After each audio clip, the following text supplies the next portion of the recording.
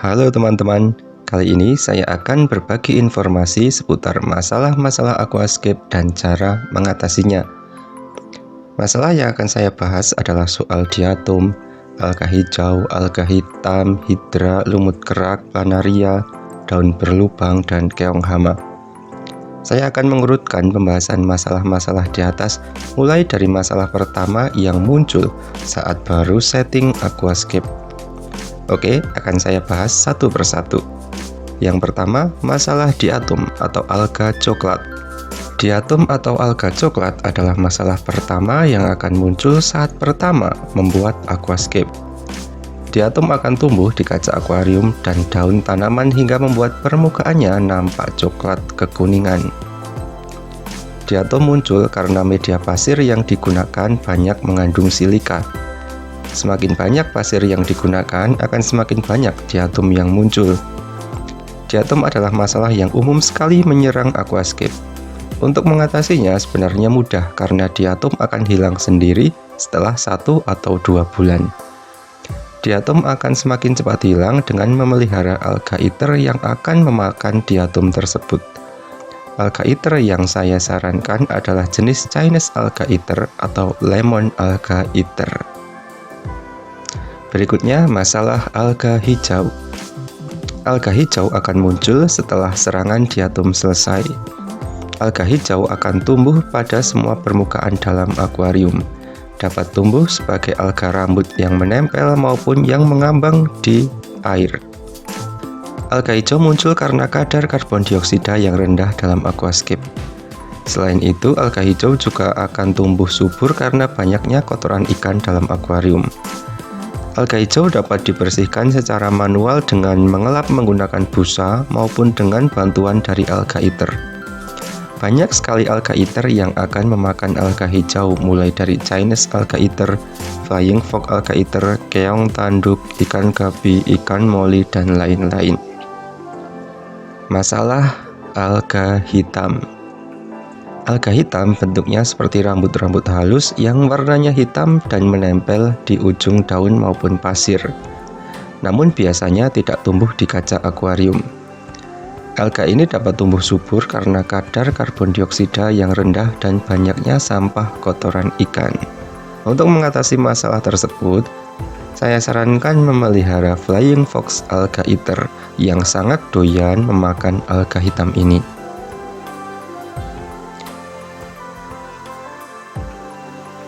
Masalah hidra. Hidra adalah hewan kecil yang memiliki tentakel bersengat seperti ubur-ubur.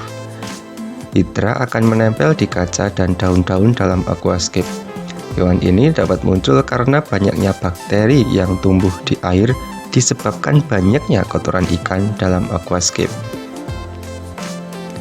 Hidra tidak membahayakan ikan dewasa, namun hewan ini dapat menyengat anak ikan yang baru menetas dan membuatnya mati. Hidra dapat dibasmi dengan memelihara ikan pemakan hidra seperti sepat hias, ikan moli, dan pleti.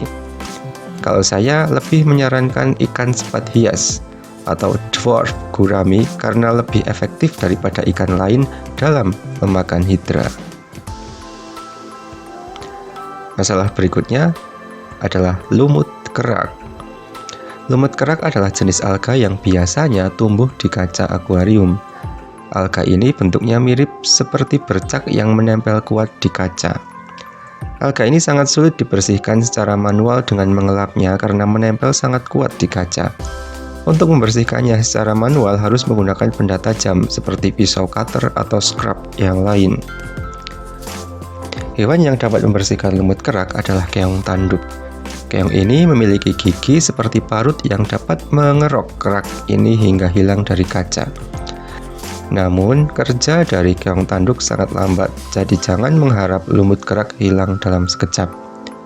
Saya sarankan membersihkan lumut kerak dengan menggunakan pisau cutter karena cara ini sangat cepat dan efektif membersihkan lumut kerak.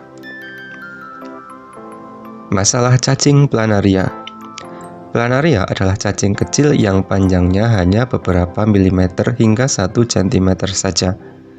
Cacing ini akan muncul saat aquascape sudah matang dan seimbang. Cacing ini dapat muncul karena telur cacing terbawa pada tanaman air yang ditanam dalam aquascape. Aquascape yang baru dibuat biasanya tidak akan diserang planaria. Dia baru muncul banyak setelah aquascape berusia sekitar 10 bulan atau lebih. Cacing ini merupakan pemakan bangkai yang akan memakan sisa-sisa hewan yang telah mati. Cacing ini juga akan memakan sampah organik dalam aquascape. Planaria sebenarnya tidak berbahaya bagi hewan karena tidak akan memakan hewan yang masih hidup. Namun, cacing ini dapat memakan telur ikan sehingga membuat telur tersebut gagal menetas. Cara mengatasi planaria dapat dilakukan dengan menggunakan jebakan planaria. Jebakan planaria dapat dibuat dengan menggunakan botol plastik bekas yang dilubangi di bagian sampingnya. Dalam botol plastik diberi daging atau cacing kering, kemudian botol tersebut dimasukkan ke dalam aquascape. Beberapa jam kemudian, planaria akan tertarik dan masuk ke dalam botol tersebut. Setelah banyak planaria yang masuk, kemudian botol tersebut diambil dan planaria yang diperoleh bisa dibuang. Berikutnya adalah masalah daun berlubang pada tanaman air. Daun berlubang ini muncul bukan karena dimakan keong atau hewan lain, namun karena kurangnya kalsium pada media aquascape tersebut. Masalah ini umumnya muncul pada tanaman yang berdaun tebal, seperti berbagai jenis anubias. Untuk mengatasinya mudah, hanya dengan menambahkan pupuk yang mengandung kalsium, atau dengan menaruh sedikit karang jahe di media tanam aquascape. Karang jahe mengandung banyak kalsium dan akan terurai sedikit demi sedikit di aquascape. Kalsium yang terurai dari karang jahe ini akan diserap oleh tanaman sehingga membuat tanaman tidak akan kekurangan kalsium lagi. Masalah keong hama. Keong atau siput memang akan membersihkan alga di aquascape. Tapi kalau jumlahnya berlebihan justru dapat menjadi hama dan merusak tanaman air kita. Keong yang biasa menjadi hama adalah jenis keong kali yang berukuran kecil. Karena keong ini kadang terbawa pada tanaman air yang baru dibeli. Keong kali akan berkembang biak dengan cepat dan jumlahnya berlipat ganda dalam aquascape. Untuk mengatasi keong hama dapat dilakukan dengan mengambil secara manual atau dijebak menggunakan timun yang diletakkan dalam aquascape.